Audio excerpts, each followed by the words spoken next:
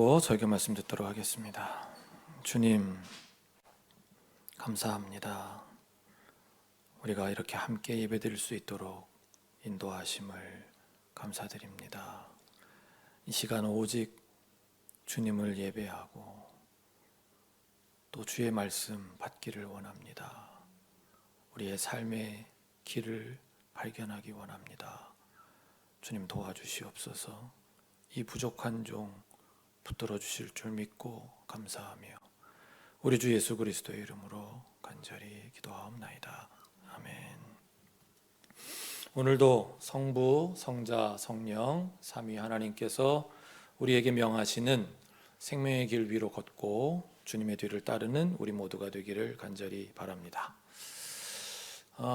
성경 봉독 시간을 통해서 여러분들 어떻게 느끼셨는지 모르겠습니다만은 저는 처음 이 성서일과 본문들을 받았을 때 이게 사순절 본문인가? 아니면 우리 정암교회 창립 15주년 기념주의를 위한 본문인가?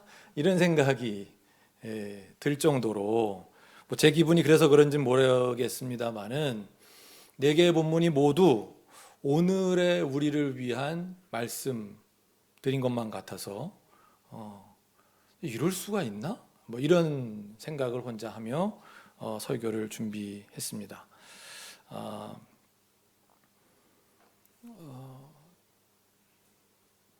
근데 제가 설교 준비하던 걸 오늘 좀 대폭 덜어내고 오늘 좀 여러 가지 순서도 좀 많이 있었고 또 저도 약간 이 몸살 기운이 있다 보니까 걱정하실까 봐 거듭 말씀드립니다. 계속 매일 지금 자가진단 이거 하고 있고 현재는 음성입니다. 하여튼 그러다 보니까 나중에 가서 정리가 잘 안 되더라고요. 그래서 오늘 그냥 최대한 요점만 전해드려야 되겠다 이렇게 생각을 하고 설교 준비하던 걸 좀 덜어내고 요점만 전하고자 합니다. 오늘 누가복음 본문을 보시면 저는 오늘 누가복음 본문을 통해 주님께서 우리 교회에게 이 15주년 이후에 걸어가야 할 길을 보여주시는구나 라고 느꼈습니다. 누가복음 본문의 장면은 여러분 너무 잘 아시겠습니다만은 예수께서 이제 막 공생애를 시작하시는 시점에 그러니까 출정식 같은 매우 상징적인 사건이 담겨 있습니다. 주님께서는 주님을 시험하는 악마를 통해 나는 이런 삶을 살 것이다. 내 삶의 방향, 원칙은 이런 것이다. 왜냐하면 그것이 인류의 삶을 향한 하나님의 뜻이기 때문이다. 라고 선포하시는 것처럼 보이는 그런 장면을 오늘 우리가 맞이하고 있습니다. 그래서 저는 우리 교회도 이 15주년을 맞이하는 이 시점에 주님께서 우리에게도 너희가 앞으로 견지해 가야 하는 신앙의 모습은 바로 이런 것이어야 한다 라고 친히 가르쳐 주시는 것 같은 그런 느낌을 받습니다. 오늘의 누가복음 본문 가운데 우리가 받아야 할 핵심 메시지는 4가지입니다. 전체적으로 보면 5가지인데 그 중에 4가지가 누가복음 가운데 있습니다. 첫째는 1절입니다. 예수께서 성령으로 가득하여 요단강에서 돌아오셨다 했습니다. 그렇습니다. 저는 15주년을 맞는 우리 정암교회 공동체의 삶도 성령으로 가득하기를 바랍니다. 그리스도인이라고 불리우는 사람들은 그 안에 성령, 주님의 영, 삼위일체 하나님으로 가득한 사람을 일컫는 말이기 때문입니다. 이제 우리 안에 무엇이 가득한지 살핍시다. 성령이 아닌 다른 무엇으로 내 삶이 가득하지는 않은지 살핍시다. 그것이 무엇이든지 그것을 덜어내기로, 비워내기로 하십시다. 오직 성령으로 가득하기만을 간절히 바라며 살아가십시다. 1절과 2절입니다. 예수께서 성령으로 가득하여 요단강에서 돌아오셨다. 그리고 그는 성령에 이끌려 광야로 가셔서 40일 동안 악마에게 시험을 받으셨다. 기억하십시다. 성령으로 가득한 삶이라고 악마의 시험이 없는 게 아닙니다. 오히려 어쩌면 더 지독한 시험이 있는지도 모르겠습니다. 40일 동안 악마에게 시험을 받으셨다고 하지 않습니까? 그러나 미리 겁먹거나 염려할 필요는 없습니다. 그 시험을 이겨내는 힘이 우리 안에 가득하신 성령으로부터 오는 것입니다. 자, 이제 우리가 이겨내야 하는 시험의 내용과 우리가 그러면 어떻게 이겨야 하는지를 보십시다. 그 내용이 우리가 받아야 할 핵심 메시지 2번째부터 4번째까지가 되겠습니다. 2절 하반절입니다. 그동안 아무것도 잡수시지 않아서 그 기간이 다하셨을 때에는 시장하셨다. 3절 악마가 예수께 말하였다. 네가 하나님의 아들이거든 이 돌더러 빵이 되라고 말해보아라. 악마는 비상합니다. 머리가 좋습니다. 우리의 약점을 잘 압니다. 40일을 굶주린 사람, 먹고 사는 문제 앞에서는 체면도 자존심도 다 버릴 상태에 있는 사람에게 먹을 것으로 악마는 시험합니다. 그렇습니다. 악마의 첫 번 시험은 우리 삶의 영역 가운데 경제라는 영역에서의 시험입니다. 경제, 능력, 먹고 사는 문제입니다. 악마는 온 인류를 태초로부터 지금까지인 것 같습니다. 바로 이 문제 가지고 시험합니다. 유혹합니다. 너도 먹고 살아야 될 거 아니냐. 다 먹고 살자고 이 짓 하는 건데 개처럼이라도 벌어야 정승처럼 쓰며 살 것 아니냐. 먹고 살고자 함인데 도덕이 무슨 상관이냐. 윤리가 뭐냐. 우선 먹고 살아야지. 많은 사람들이, 대부분의 사람들이 이 첫 번 악마의 시험에 이미 걸려 넘어집니다. 두 번째, 세 번째 시험에 가보기도 전에 말입니다. 우리 사람들은 하나님이라도 먹고 사는 문제를 해결해 주시지 않은 채 다른 말씀을 하시면 하나님이라도 버릴 각오가 되어 있다는 것을 악마는 잘 알고 있습니다. 4절 주님의 말씀입니다. 다 같이 읽어보겠습니다. 시작. 예수께서 악마에게 대답하셨다. 성경에 기록하기를 사람은 빵만 먹고 사는 것이 아니다 하였다. 도스토옙스키 같은 대문호는 그의 작품에서 사람들은 결국은 이 먹고 사는 문제의 시험을 통과하지 못할 것이라고 진단합니다. 차라리 주님께서 돌로 빵을 만들어 주셨다면 훨씬 더 저들을 구원하고 설득하기가 쉬우셨을 것이라고, 빵을 주는 자가 사람들을 지배할 것이라고 간파하고 있습니다. 그렇습니다. 잘 먹고 잘 사는 문제 중요합니다. 먹고 사는 문제는 인간의 기본적인 생존과 관련되어 있기 때문입니다. 그러나 40일을 굶은 상황에서도 사람은 빵만 먹고 사는 것이 아니다 하신 주님의 말씀을 우리는 기억할 필요가 있습니다. 이는 먹고 사는 문제가 중요하다고 하는 것을 몰라서 하신 말씀이 아닙니다. 그 빵이 어디로부터 내게 오는 것인지, 어떤 방식을 통해 내게 오는 것인지, 이것이 악마를 통해 악마의 방식으로 내게 주어지는 것은 아닌지 우리는 헤아릴 필요가 있다 하는 것입니다. 또 나는 너희의 경제력을 위해 온 것이 아니다 라는 선언이기도 합니다. 유대인들은 메시아가 오시면 자신들의 경제적 문제도 해결해 주시리라 믿었습니다. 그러나 주님은 가르치십니다. 우리 아버지 하나님께서 너희의 필요는 채우신다. 하늘을 나는 새를 봐라. 들에 피는 저 이름 없는 들꽃을 봐라. 하물며 너희일까 보냐. 그러니 너희는 그분을 믿고 너희의 삶의 목표를 먹고 사는 문제에 두지 말아라. 더 많이 먹기 위해, 더 좋은 것을 먹기 위해 저장하는 데에 힘쓰는 삶이 아니라 보다 더 인간다운 삶에 대한 더 깊은 고민이 있어야 한다는 뜻이 아니겠습니까? 5절을 보시겠습니다. 5절, 6절, 7절입니다. 그랬더니 악마는 예수를 높은 데로 이끌고 가서 순식간에 세계 모든 나라를 그에게 보여주었다. 그리고 나서 악마는 그에게 말하였다. 내가 이 모든 권세와 그 영광을 너에게 주겠다. 이것은 나에게 넘어온 것이니 내가 주고 싶은 사람에게 준다. 그러므로 네가 내 앞에 엎드려 절하면 이 모든 것을 너에게 주겠다. 악마의 두 번째 시험 영역은 정치입니다. 권력의 시험이라고 할 수도 있겠습니다.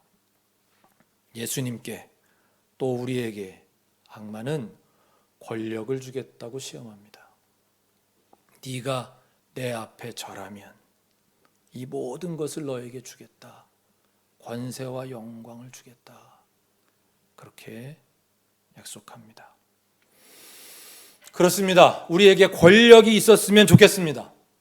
나쁜 놈들 막 벌 주고, 착한 사람들한테는 막 상 주고, 못된 인간 낮추고, 선한 인간 높여주고, 이렇게 우리에게 그냥 막 할 수 있는 권력이 있으면 세상 살맛 날 것 같습니다. 더군다나 그 권력이 예수님 같은 분에게 있으면 얼마나 좋겠습니까? 그분이 행사하는 권력이라면 나쁜 권력일까봐, 권력이 잘못 행사될까봐 걱정할 필요 따위는 1도 없을 테니 말입니다. 그 권력 그냥 받으시지 싶은데 8절 주님의 말씀입니다. 다 같이 읽습니다. 예수께서 악마에게 대답하셨다. 성경에 기록하기를 주 너의 하나님께 경배하고 그분만을 섬겨라 하였다. 아멘. 예수님의 대답이 본질을 꿰뚫으십니다. 그렇습니다. 권력은 절대 저절로 손에 쥐어지지 않습니다. 권력을 얻기 위해서는 이미 그 권력을 쥐고 있는 누군가를 경배해야만 합니다. 그 권력자를 섬겨야만, 그 권력을 섬겨야만 그가 권력을 나누어 주든 물려주든 하는 것입니다. 우리가 누굽니까? 우리는 주님을 경배하고 주님을 섬기는 그리스도인들입니다.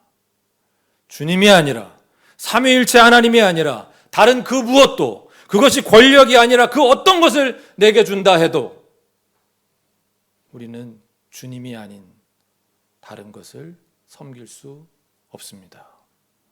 9절로 갑니다. 9절, 10절, 11절. 그래서 악마는 예수를 예루살렘으로 이끌고 가서 성전 꼭대기에 세우고 그에게 말하였다. 네가 하나님의 아들이거든 여기에서 뛰어내려 보아라.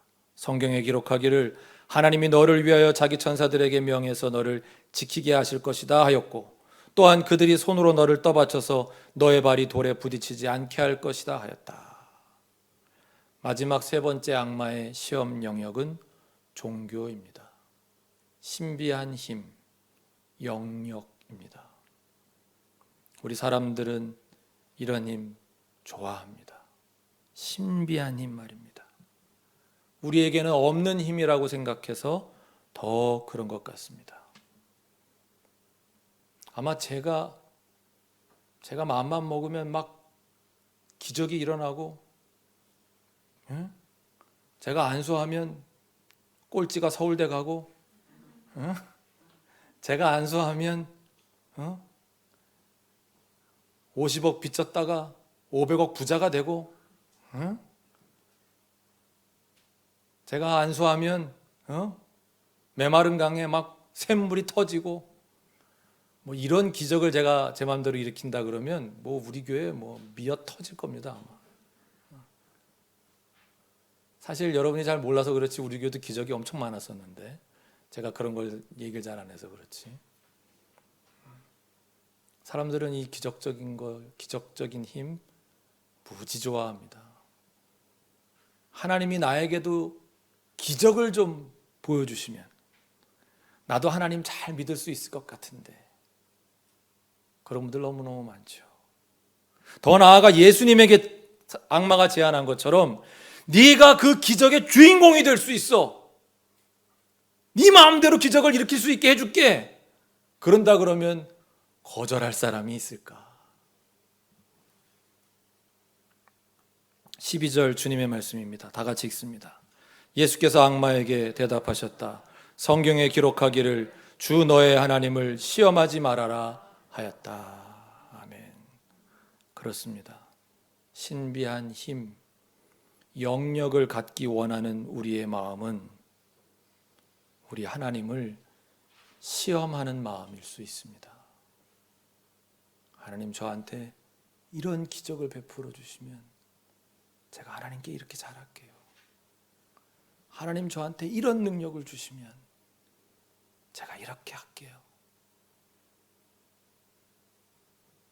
여러분, 그런 마음이라면 이미 하나님에 대한 믿음은, 신뢰는 사라지고 없는 것입니다. 자, 오늘 누가복음 본문에서 주님은 몸소 4가지를 우리에게 가르치십니다. 첫째, 성령으로 가득한 사람이 되어라. 둘째, 경제 능력을 거부해라. 셋째, 정치 권력을 거부해라. 넷째, 종교 영역을 거부해라. 아니 주님, 능력, 권력, 영역 다 거부하면 그럼 우리는 어떤 힘으로 살아가야 한단 말입니까?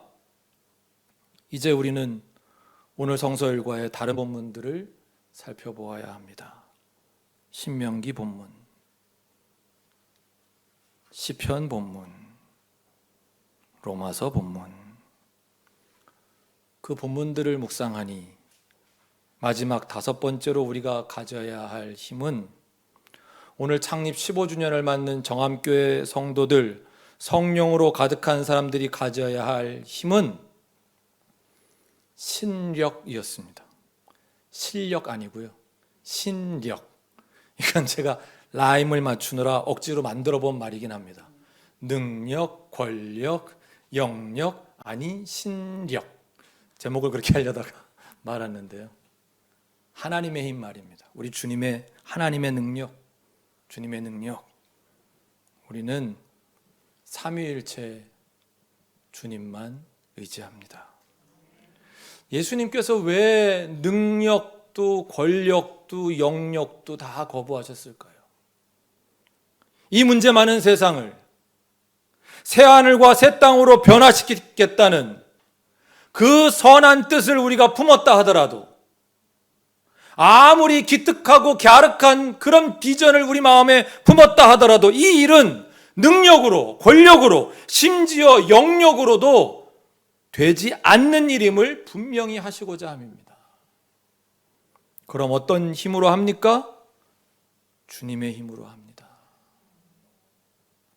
그리고 그분을 믿는 우리의 믿음이 합니다. 무기력해 보이는 그 믿음이 합니다. 하나님만 의지함으로 하나님 앞에서의 한없는 겸손함이, 그리고 그 겸손을 유지하는 자들만이 가질 수 있는 하늘의 힘이 새 역사를 일으킬 수 있음을, 새 하늘과 새 땅에 오심을 위한 순종으로 우리를 인도함을 우리는 예수님의 십자가 사건을 통해 이미 잘 알고 있지 않습니까? 오늘 성서 일과 본문 중 로마서 본문 10장 9절 주님의 말씀입니다. 같이 읽습니다.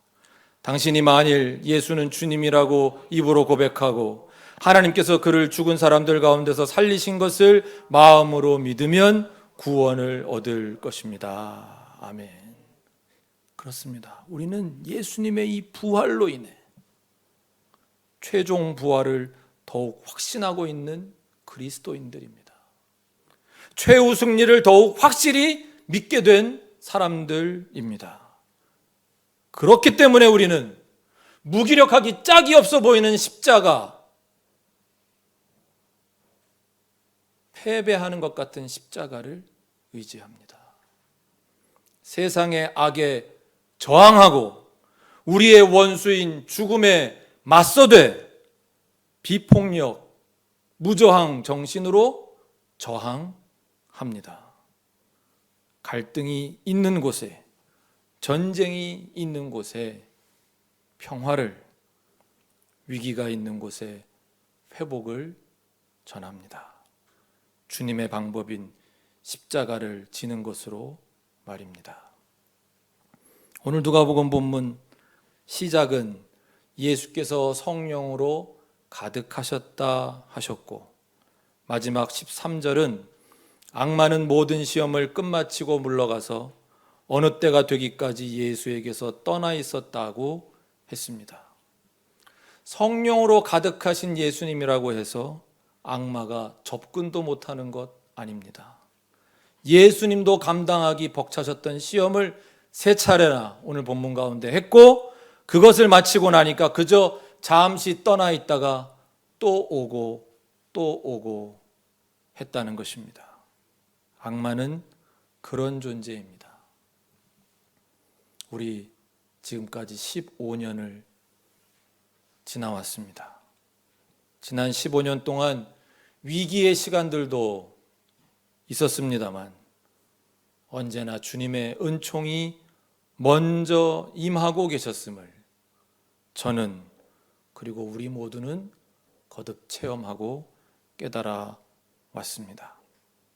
그러나 앞으로도 악마는 우리를 시험하기 위해 또 돌아오고 또 우리 안에서 일어날 것입니다. 그렇다면 우리에게 정말로 필요한 힘이 무엇일까요? 그 시험을 이길 수 있는 힘이 어디에서 올까요? 먼저는 성령으로 가득한 사람들이 우리의 힘일 것입니다. 그러나 성령으로 가득한 사람들 중에서도 능력, 권력, 영역을 탐하는 우리 마음, 그런 힘을 앞세우고자 하는 우리 마음과의 싸움, 그 악마의 시험과의 끝없는 싸움에서 승리한 성령으로 가득한 사람들이 우리여야 할 것입니다. 어떤 힘으로 싸워야 악마의 싸움에서 이길 수 있습니까? 주님을 신뢰하는 믿음의 힘으로 싸웁니다. 우리는 주님의 부활과 최종 부활을 믿습니다. 최후 심판을 믿습니다. 그렇기 때문에 우리도 주님처럼 십자가를 질 각오를 할 수 있습니다. 주님을 믿음으로 겸손과 순종을 잃지 않고, 헌신을 잃지 않고, 평화를 만들고 회복을 이루는 그리스도인으로 살아가십시다. 정암교회 만세. 주님의 은총을 기원합니다. 기도드리겠습니다.